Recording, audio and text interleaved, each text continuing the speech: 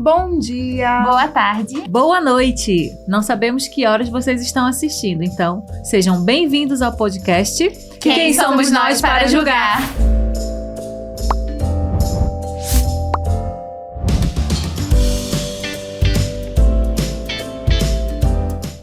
Esse é o primeiro episódio e o tema é a maternidade que nos uniu e nos transformou. Iniciamos esse podcast com o propósito de ser um lugar onde mães diferentes podem ser quem são, mostrando que nenhuma mãe vive a maternidade da mesma forma. Aqui, histórias diferentes e reais se cruzam, se acolhem e se fortalecem. Oi, eu sou Josiane, sou empreendedora, mãe, tenho 40 anos, fiz agora dia 16, né? Uma jovem senhora. E estou aí nesse desafio de mãe, né? É uma bênção. Eu tenho isso pra mim assim como uma bênção divina. E amo ser mãe, mas aprendi que ser mãe é muito mais sobre verdade do que manual. Então, a cada dia aprendo mais com a maternidade, com o meu filho, e é isso. Estamos aqui para colaborar e dividir, fazer essa troca na maternidade. Eu sou a Ariel, eu sou esposa, tenho um filho de 3 anos e também estou aqui para compartilhar. Eu sou pedagoga, atuei na profissão por 9 anos, agora saí um pouco disso, já dei aula de inglês, já dei aula particular, então tenho bastante experiência, principalmente com crianças até 6 anos, e acabo sempre compartilhando entre nós, a gente conversa bastante e a gente resolveu começar esse projeto juntas. E eu sou a Tayane, eu tenho 39 anos, sou casada há muitos anos, tenho 2 filhos, 2 cachorros, na verdade eu tenho um total de 4 filhos, né, porque os cachorros são criados feito filho também, e eu sou formada em administração, adoro essa área de projetos, treinamentos, e para eu ser mãe, eu confesso que eu estudei, mas aí depois eu descobri que não tem manual, meus 2 filhos nasceram, não tem manual, tá, e aí a gente se encontrou, né, na maternidade, nós 3, vivendo o dia a dia. Nós estamos aqui e a gente vai compartilhar muitas histórias. E hoje nós vamos falar para vocês o que mais nos surpreendeu na maternidade. Ariel, o que mais te surpreendeu depois que você virou mãe? Para mim isso é muito fácil. Foi a privação de sono. Porque eu sabia que seria difícil, eu sempre fui uma pessoa que acorda cedo, nunca tive problema com isso. Então, não achei que ia ser tão pesado, mas é realmente muito intenso. A privação de sono por períodos longos, por muito tempo, é bem puxado. Me pegou num lugar bem que eu não estava esperando. E você, Jo, o que mais te surpreendeu? O cansaço, né? Que também conta com a privação de sono. Mas assim, eu me achava ligada, sabe? No 220, e hoje eu me vejo, às vezes assim, daqui da sala pra cozinha, cansada. Tipo, eu ando 3 segundos, eu tô muito cansaço. Então, assim, isso me pegou de jeito. Exatamente. Eu nunca fui uma pessoa muito paciente, né? Então, eu descobri dentro de mim uma paciência que eu não sabia que existia. Apesar do meu marido já ter dito que eu já vinha trabalhando isso há um tempo.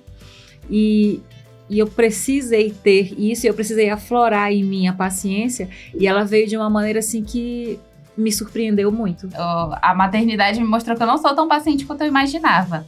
Eu já dava aula pra criança, enfim, todo mundo sempre falava, nossa, mas tu é muito paciente, tu aguenta cada coisa e tal, não sei o quê.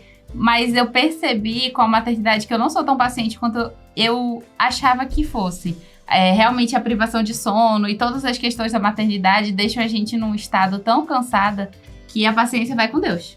E foi o que aconteceu comigo. Não, joga pro universo. Eu sou muito paciente, muito assim.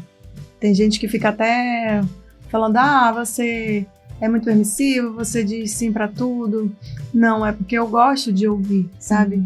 Eu tenho aquela paciência de olhar, sentir e ouvir aquela necessidade. Então, assim, eu sempre soube que eu seria essa mãe paciente. Claro, né? Que ninguém é perfeito. De vez em quando eu dou uns gritos. É normal. Eu acho que o que me pegou muito foi porque uma coisa é estar em sala de aula, a gente tem um horário pra estar ali com as crianças e tudo mais, e a gente sabe que vai acabar. Outra coisa é estar na própria casa. Então, a minha própria casa sempre foi o meu lugar de segurança de eu soltar minhas emoções, né? Então, acaba que quando a gente tem um filho e a gente quer privar um pouco, ele está sentindo tantas emoções que não são deles, né? A gente quer deixar a nossa tristeza em outro lugar, quer deixar a nossa raiva em outro lugar e não passar isso para a criança. Isso fica acumulando. E eu tô na minha casa, eu tô naquele meu lugar de realmente estar soltando minhas emoções. Então, vez ou outra, acontece assim umas explosões, mas eu já tenho 3 anos de maternidade, já tô aprendendo a lidar com isso.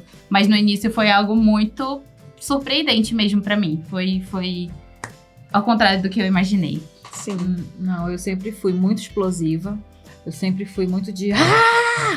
E aí, na verdade, eu comecei com os cachorros, né? E aí eu tive que aprender a adestrar eles. Então, para eu aprender a adestrar eles, eu tinha que ter muita paciência com o que eu estava fazendo. E aí isso daí começou a vir o meu treinamento de paciência. Na verdade, isso eu fiz sem saber. Eu não de maneira nenhuma eu achava que eu preciso treinar minha paciência. Não. Foi pelo amor que eu peguei pela Área, que é a minha filha número 1, né? Foi pelo amor que eu peguei a ela, a ter que cuidar dela, a treinar, ensinar, xixi aqui, xixi ali e tal. E aí eu fui com isso, não contente com uma, eu achava que eu tinha muito tempo na vida, eu peguei o Tony, também ganhei o Tony. E aí eu tinha 2 cães em casa para treinar, e aí eu engravidei. Então, isso tudo, já desde que eu tô casada há muitos anos, então... foram, né, 10 anos por aí já de treinamento de paciência. E aí, quando o João nasceu, eu já estava assim, mais em alfa, eu já estava assim, mais zen, né? E aí, isso daí eu comecei a aplicar também na minha vida, no dia a dia. Pode até parecer que não, mas eu estou muito mais paciente hoje, tá? Tem dias assim que... eu vejo ele fazendo coisas que realmente me tiram do sério, né? Mas aí eu penso, gente, eu demorei 37 anos para ter o meu filho. 36, né? Que eu tive 36. Então, assim, aí eu respiro, sabe? Olho, eu falo, não, vem cá, vamos conversar. É verdade, não vale a pena. Isso faz eu pensar toda vez que ele faz alguma coisa do tipo. Realmente o amor faz a gente ter essa paciência, né? Eu queria saber da Jo, alguma coisa assim que você disse que nunca faria e que você fez. Porque mãe é pagar com a língua. Eu sempre soube que eu ia ser uma mãe completa, sabe, assim, entre aspas, né? E que eu ia permitir ele fazer tudo, mamar até ele mesmo pedir pra parar, tanto que ele vai fazer 4 anos e ainda mama. Brinquedo, eu falei, não, se eu tiver oportunidade, eu vou dar o brinquedo, porque é uma realização pessoal também. Mas tem algo específico, assim, era a única coisa que eu falava, isso eu não vou fazer, porque eu acho inadmissível dar R$150, R$200 numa calça que tem 30 centímetros.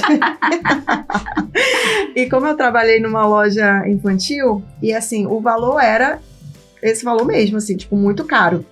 E eu falava, jamais, nossa, o dia que eu tiver um filho, não, nunca que eu vou comprar uma calça desse preço.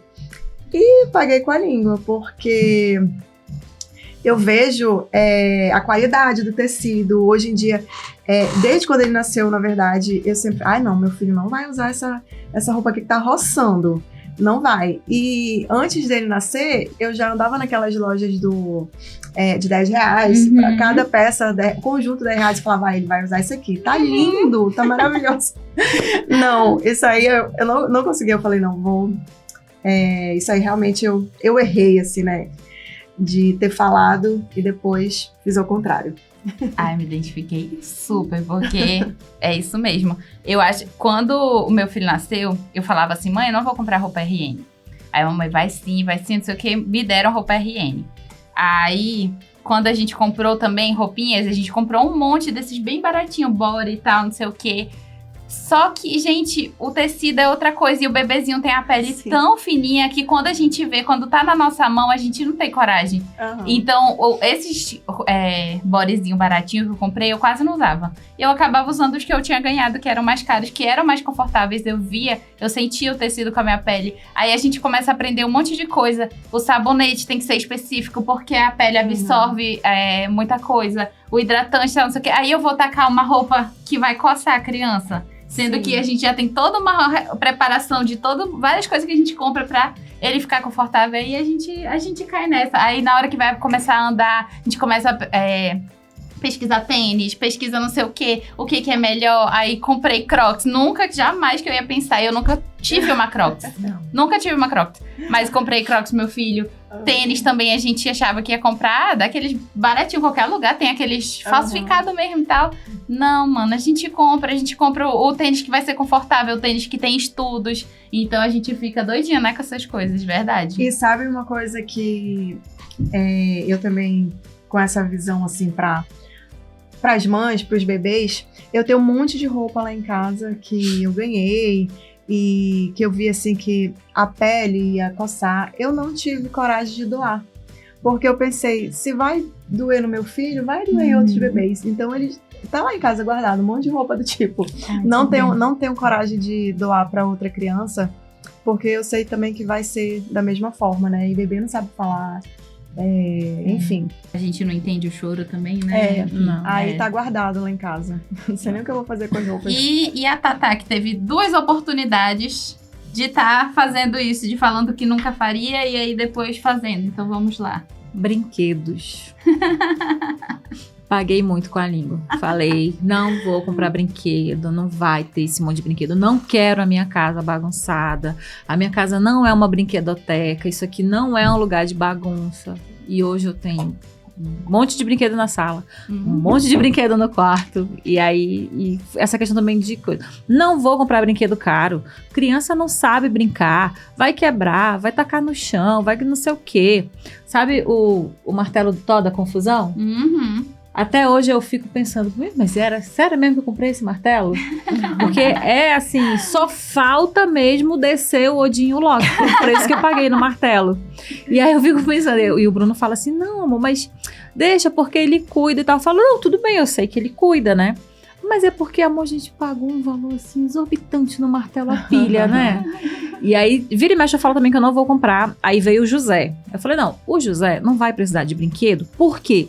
Eu tenho os brinquedos do João quando ele era pequeno. E também não vai precisar. Aí você vê que, pra eu vir pra cá com uma mochila, todos os brinquedos que estão na mochila do José são novos. Nenhum brinquedo que tá ali é brinquedo do João. Não é que ele não reaproveite, gente. É porque a gente não consegue. A gente paga pela língua. Não tem o que fazer, gente. A gente olha tão bonitinho. E quando tá na promoção? É horrível. Promoção realmente é difícil. A gente tem que sair dos grupos, porque quando começa a mandar muita promoção, a gente não se segura. A minha língua que eu paguei foi porque eu era professora, né? E a gente tá aqui num podcast, quem somos nós para julgar, mas eu julgava, gente. E aí, eu julgava as mães que iam deixar os filhos na escola, com roupa de academia, passava o dia inteiro sem fazer nada. E aí depois iam buscar a criança no integral, deixava 10 horas a criança na escola, ia buscar, aí não tava fazendo nada, por que não tava com a criança em casa? Deixa só o primeiro horário, depois fica com a criança em casa. Eu sou essa mãe. Hoje sou eu. Não, e assim, a mãe vai deixar com a roupa da academia, fala assim, mas ela vai pra academia uma hora dessa. E quando é 5 da tarde, a mãe volta com a roupa da academia e fala, tava na academia até agora. Não é esse caso. Ela tava na academia. Eu consigo tomar um banho, ela foi pra academia, pro yoga, pra hidromassagem, passou no salão. É uma herdeira. Não é meu caso, que a gente vai pra academia, depois faz as coisas de casa e depois tá toda suada e ainda consigo tomar um banho pra buscar ele. Mas eu julgava muito. E eu não compreendia uma mãe que deixasse o filho 10 horas na escola, sendo que tava em casa o dia inteiro. Mas é muito difícil fazer as coisas com criança em casa. O meu filho gosta muito de estar brincando, ele gosta muito desse contato. E aí, eu acho, na minha visão, que ele sofre muito mais estando em casa e eu não podendo dar essa atenção pra ele. Então tá toda hora, filho, eu tô fazendo isso, tô fazendo aquilo, me ajuda aqui a resolver isso e ele não quer. do que ele tá na escola com os amiguinhos, que desde que ele começou a ir pra escola, ele tá com os mesmos amiguinhos, ele tá na mesma escola. Ele já conhece, são quase irmãos dele, e os professores estão fazendo atividades divertidas. Então, eu acho que ele aproveita muito mais esse tempo estando na escola, mesmo sendo doído, deixar a criança o dia inteiro na escola. Eu acho que ele aproveita mais, e aí quando ele chega, eu consigo dar esse tempo de brincar com ele e de fazer um banho divertido ou qualquer outra coisa. Ainda tem o sábado, domingo também, mas como eu cuido da casa, e é muita coisa pra fazer dentro do tempo só do primeiro horário, só daria pra eu fazer exercício e almoçar. E aí depois já teria que pegar ele. E ainda teria que almoçar cedo, né? Porque acaba 11 horas a escola de manhã. Então, pra mim foi inviável. A gente tentou fazer meio período, mas não funcionou. Olha, com o José, eu já precisei recorrer à tela. Porque... pra cortar a unha dele. Ele não... Meus filhos, eles não são adeptos à tela, mas isso a gente vai conversar um outro dia, né? Só que pra eu cortar a unha dele, e eu só corto a unha dos bebês, dos meus 2 filhos, quando eles estão acordados. Eu não toco na criança quando a criança está dormindo. Dormiu de qualquer jeito, deixa lá dormindo. Então, pra cortar a unha do José, eu preciso recorrer à tela. Eu ligo lá na televisão, no aplicativo, e aí eu boto pra passar o tema de aquário. Então fica passando os peixinhos na tela, e aí ele fica quieto, e é o horário que eu tenho pra cortar a unha, porque são 20 unhas pra cortar de um bebê. Ah, mas é rápido, só que do nada ele...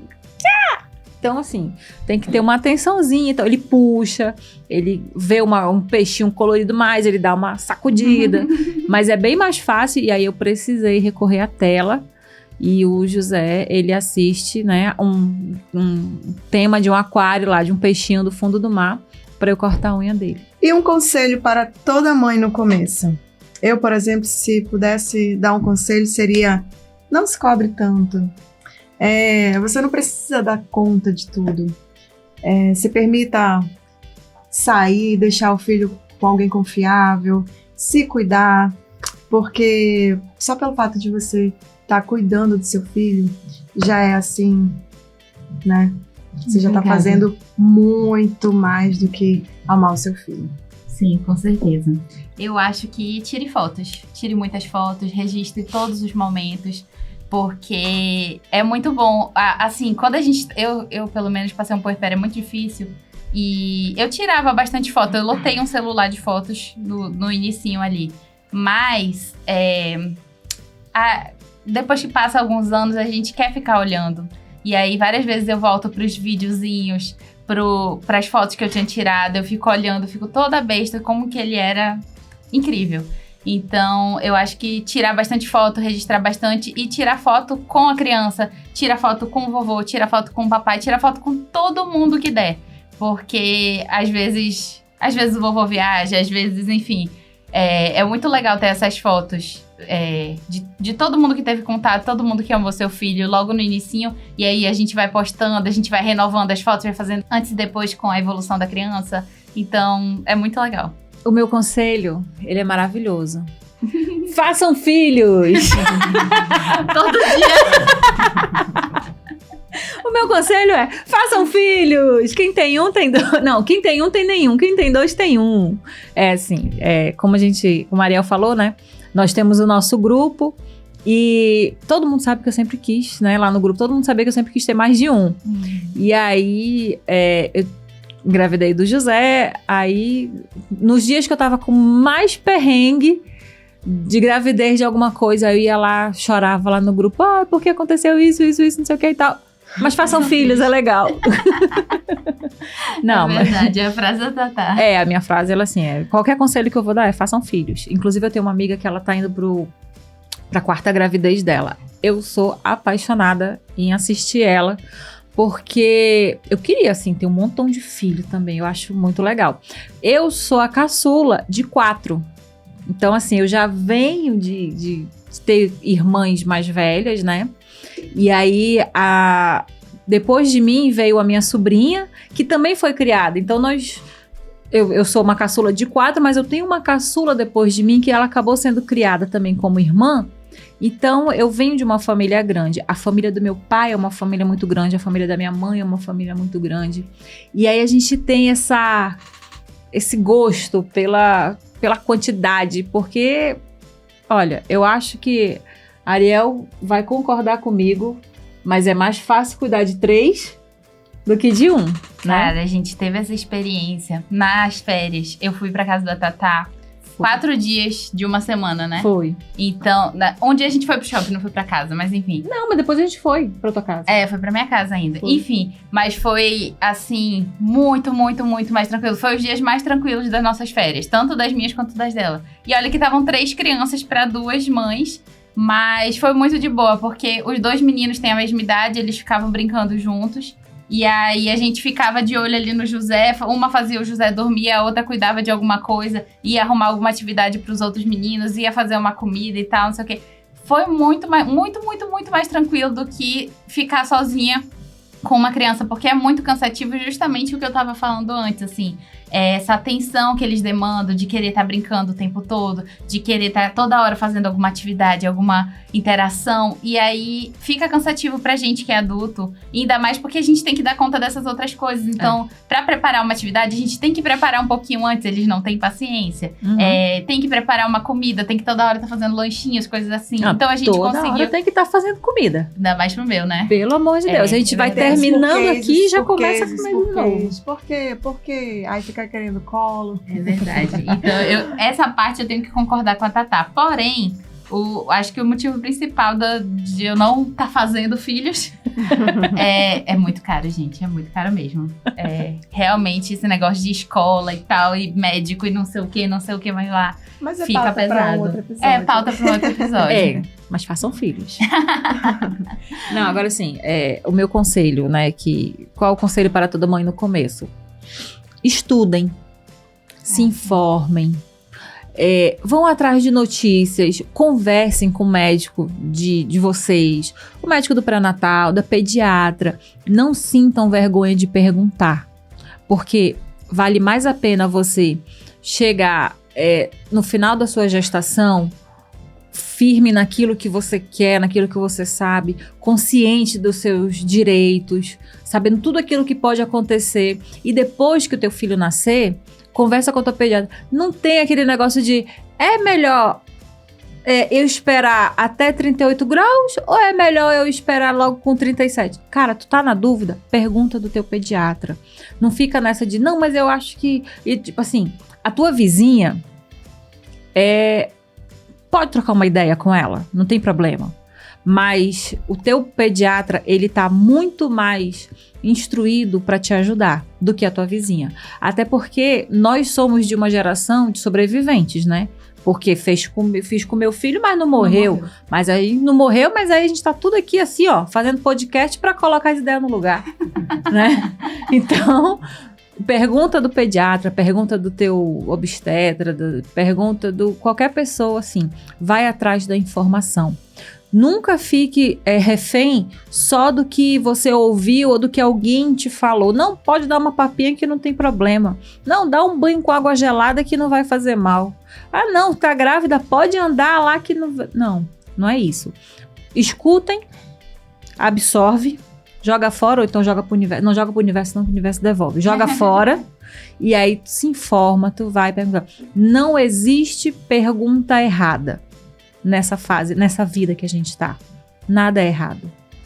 E se puder, tenha filho até os 30, porque depois dos 30 o tico-teco já não bate direito. E depois da maternidade só piora. A coluna já não é a mesma, então assim... Mas sobre isso que a Dada falou, assim, estudem bastante, é importante mesmo. Porém, cuidado, assim, é porque a gente fica muito bitolada das ideias. Eu, pelo menos, já vinha estudando sobre a infância há um bom tempo, porque eu trabalhava com isso e eu adoro estudar sobre desenvolvimento infantil e tudo mais. E eu acho que eu fiquei bem bitoladinha no início, assim, tudo eu pesquisava, e aí é muita coisa no Instagram, é muita coisa, sabe? Muita informação chegando, e eu não soube filtrar isso direito, então tudo eu achava que eu tava fazendo errado, eu me sentia muito mal. Então, assim, você é a mãe, você tem o direito de decidir. mesmo que tenha um pediatra no Instagram falando alguma coisa, mesmo que o seu pediatra não seja adepto à mesma metodologia que você quer, por exemplo, BLW ou alguma coisa assim, estude bastante, faça o que você está fazendo com confiança, passe confiança para os outros, você é a mãe, você pode decidir. E se errar alguma coisa, lá na frente a consequência é sua, então você assumindo essas consequências, faça do seu jeito, assim. Leia, estude, se informe, mas também não fica bitolada com tanta informação que vem chegando, porque a informação ela chega gratuita, você não precisa nem ir atrás. É verdade. Mas digam aí, e vocês? O que vocês juraram que nunca fariam como mãe e depois morderam a língua? Conta pra gente, porque dividir essas histórias é libertador. Pode comentar. E não esqueça de curtir esse vídeo E compartilhar com todo mundo que você conhece. E seguir todas as nossas redes sociais. Quem somos nós para julgar? E o Diário da Capital. A maternidade não é igual pra ninguém, mas aqui podemos juntas descobrir que pode ser mais leve. Obrigada por nos ouvir e até o próximo episódio. Nesse mesmo horário. Já pode...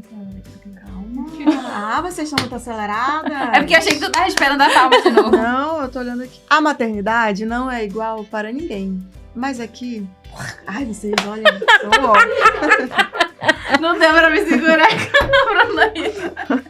Aí no Tá, final a gente obrigada. vai dar tchau? Tá, então a gente vai dar tchau. Dá tchau, fica assim, ó. Olha, Aí a gente fica conversando aqui como se a gente estivesse conversando, mesmo Sim. que aí o negócio, enfim. O tempo olha a hora aqui de dar umas tapas em vocês. é igual o Jornal Nacional, Você que né? tem que acordar. Mas não é pra dar tapa, que aí fica o vídeo errado, mulher. É pra ir guardando as coisas, igual o Jornal Nacional, fecha a Igual o Jornal pauta, Nacional, entendeu? né? Deixa eu... Mas eu- Levanta, tchau.